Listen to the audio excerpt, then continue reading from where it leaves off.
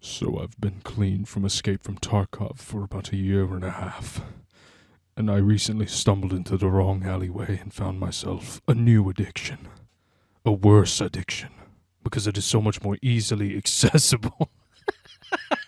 What am I doing? Jokes aside, a lot of people have been telling me about this game in my streams recently. I was super hesitant to buy it because people were saying, oh yes, this is such a great game, you need to buy it, but they had no strong points about the game. They weren't really saying anything they liked about it in particular. They were just saying it was good. I was a little worried it would be a waste of my money, and $40 for a game isn't bad at all. I wasn't really familiar with the studio that made it. Wasn't really a fan of many extraction shooters, again, because I did retire from Tarkov a million years ago. That shit is way too much. And I wasn't exactly jumping for joy to drop the $40 that it did cost, again, in my mind, what was an indie game. That being said, I was wrong about a lot. I just didn't know what I was hopping into at all. So first off, I want to go ahead and say, the studio that I didn't know anything about, they're exactly unknown. They're the same people that made the game The Finals, which is a very decent game if you've played it. I don't play it a lot. It really does get repetitive after so long because, you know, I don't know what you would explain that as. It's fun, though. Secondly, when you say extraction shooter, I think of things like Tarkov. It's sweat galore. It takes 35 years to learn all the damn ammo types, and you have to clock in and clock out before you play every day, and you have to hit the 40-hour mark every week to keep your full-time position. It benefits with fucking Tarkov, and yet it feels like a job. It is just a lot. Same with things you guys have seen on this channel before, like Ghost of Tavor, the VR version of Tarkov. It's a little much even in itself. It's a lot of sweaty players that are really annoying, and yeah, it's not really my favorite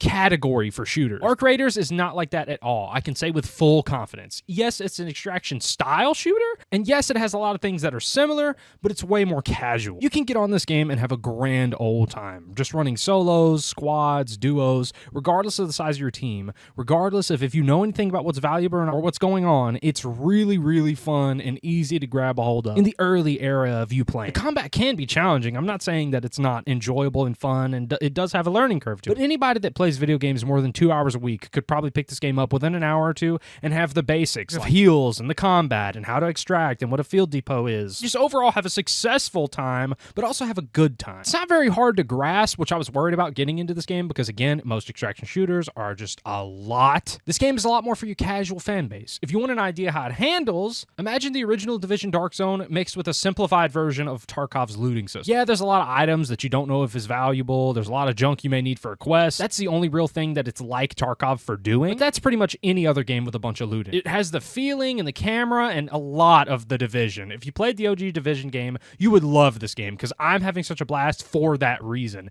It feels just like the original Division game and maybe a sprinkle of Division 2, but not quite. It feels a lot more like the original Division, which is my favorite. It's not too hard while it also is challenging depending. If you do dumb shit, obviously you're gonna have to reap what you sow. Ammo is simple. It's not over sophisticated. Different guns take different types of ammo, and that's it. It's not, you ain't got to get down to the nitty gritty damn 7.62 by 54R, different tips, overpressure, underpressure, whatever the fuck you got to get into. It's not complicated. Medium ammo for rifles, heavy ammo for bolt actions, and other big guns like the damn hand cannon from Destiny that it has in there for no reason whatsoever. And SMGs take the smaller light ammo. Heals or shields and bandages, so pretty much this game is as complex with its combat as Fortnite. If you're simple-minded enough to understand that, you got Arc Raiders in the bag. You have things like free loadouts, which are just free kits that don't cost you anything and have a basic setup to load into every match with without losing anything. So if you're familiar with Tarkov, this would be like a scav run, but with no timer and no cost to you personally. You can just go in, get shit, and leave. It does have its benefits to run like a PMC or what would be a PMC run, but, you know, your own kit.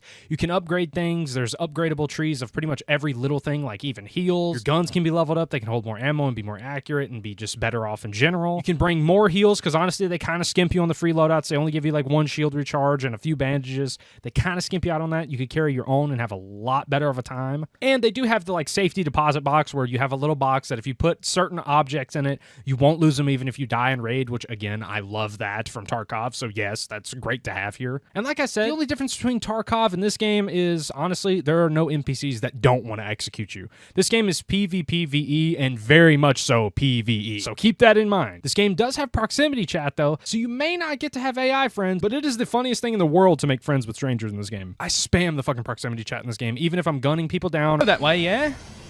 Who's fucking vent leaning right there?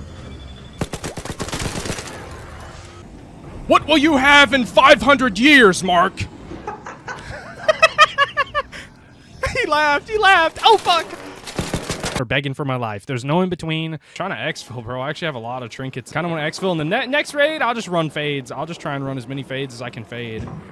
but I want to get out.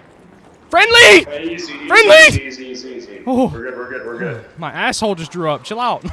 It's a lot of fun, and I've said this in a lot of my other videos, is the fact that every game should have prox chat, honestly. It's beyond fun, especially when it comes to something like this, where you're, again, fighting each other, but you don't have to if you don't want to. It's nice. I would understand if it's something like a TDM game because you don't want people teaming up against each other and just being an annoying cunt and giving call-outs to each other. But yeah, I got to admit, when it comes to something like this where, you know, it's a damn free-for-all on a random map, like an extraction shooter, a battle royale, anything of that sort, yeah, this is what we need. Making friends in games is a lot harder these days. Gaming is lonely as fuck. And although I only run solos for the entertainment purposes of my streams, I love meeting new people and talking to strangers in this game. If you're on the younger side and are shy and or insecure about your voice like I once was when I was a kid, that's something that I didn't really have to deal with in this game is people cussing like kids out and shit. 90% of people are kind to you all the time. That 10% is pretty much just me when you get the kill off on me. People are really kind in this game. So if you're on the younger side and you maybe worry about getting cussed out all the time like it's some Call of Duty lobby, it's not, bro. They're a lot more fun, a lot more,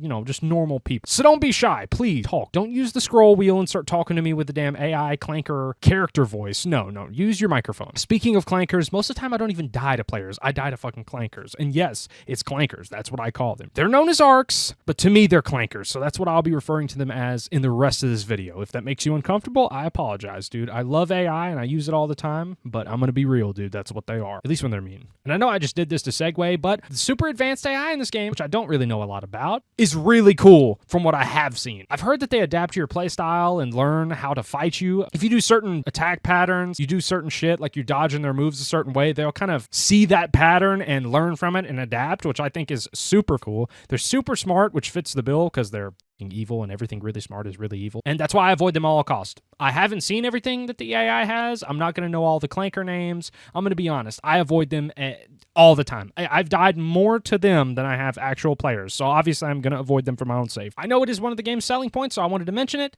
But yeah, like I said, the clankers are fascinating, but I don't know a whole lot about them. They all have unique weak points, like the flying one's weaknesses are their blades. If you shoot their damn helicopter blades, they go down a lot easier and they'll lose balance. So if they go to shoot you, take out one of their blades and they'll kind of flip around and miss. The spider leaper's weakness is completely invisible. I honestly don't know what the fuck they're weak to. No, I'm playing. It's their legs, but honestly, I have yet to ever get one's leg down, so I don't even know if you can kill one solo. I haven't been able to be completely honest. If you had a whole squad, I bet it would be a lot easier, but I play this game solo, and if that's something you're concerned about, yes, the game is a blast solo, so don't feel like you have to have a team, but yeah, to fight some of the shit, you're probably gonna need one. Especially the ones that are the size of buildings. I don't even know what to call them, bro. We need Kratos to join the lobby to take these fucking things down. Like, there's no way, but all maps do have their one massive boss. I think all maps, it may just be a few. They have one massive boss clanker that you're supposed to go and kill, and honestly, I haven't seen all of them, but they're amazing until you accidentally run into one. I have never voluntarily fought one, because like I said before, some things you may need a squad for in this game, and if I was gonna say there's one thing in this game you need a squad for, it's to fight the map bosses. I don't think you can get this shit off by yourself. They are really fun to see, and they're really cool, and the audio of this game is really sick, because again, the noises all of these damn clankers make is fantastic. It sounds so cool. The gunshot audio is really good. The footstep audio is really good. Again, the proximity chat works really well. It echoes off of walls and all kinds of shit. Keeps everything interesting for the long term, which is something I did want to mention. I hope they keep this game updated and show it some love. Taking this game in the right direction with such a strong start could definitely make this game last so much longer, because the long term of games is just scary. We all know most games die off in the first weeks of it being out, or if we get lucky, a month or two. But I'm honestly curious how this game is going to hold up even longer term than the 2-month lifespan that every other game has been having recently. And honestly, as high quality as it is, as unique as it is, I see it going very, very far, and if updated properly and maintained, which there's really no any bugs that I've run into, but again, to be maintained is important. I hope this game does surpass the 2-month shelf life that every other game has. It is still a small developer, so I'm scared that they won't be able to push out updates probably as fast as we need them to, but overall, I would say that doesn't matter. If you're thinking about buying this game, I would say buy it. Find it on a CD key place if you don't want to spend the full 40. Find some other way to get it. I don't know, but I do recommend this game more than any other game right now, to be honest. I can't say I've had as much fun with any other game as I have had this game. Maybe Ghost of Yatai, but that's a story game that's different. I got it for $10 cheaper off a CD key place, but if I spent $40, I would not feel like I've wasted my money at all. Anyways, guys, I know this video was really fast-paced and it just got out of the way. Hope you guys enjoyed this video, and I kind of just rambled on. I'm kind of tired of writing shit out. I kind of just want to sit here and yap, and just whatever comes off the top of my head, I say. It's been a lot easier to make videos this way because I feel like they come out more entertaining. So yeah, I'm kind of just freeball. I maybe not hit all the points about the game that I liked, but it does take a lot longer to record the shit, so I kind of forget if I repeat things and say the same thing. Yeah, it's going to take a lot longer to edit this as well. I'm looking up shit as I'm doing this as well, just so I know I'm right. Anyways, guys, I hope you enjoyed this video, and I'll see you in the next one. Bye.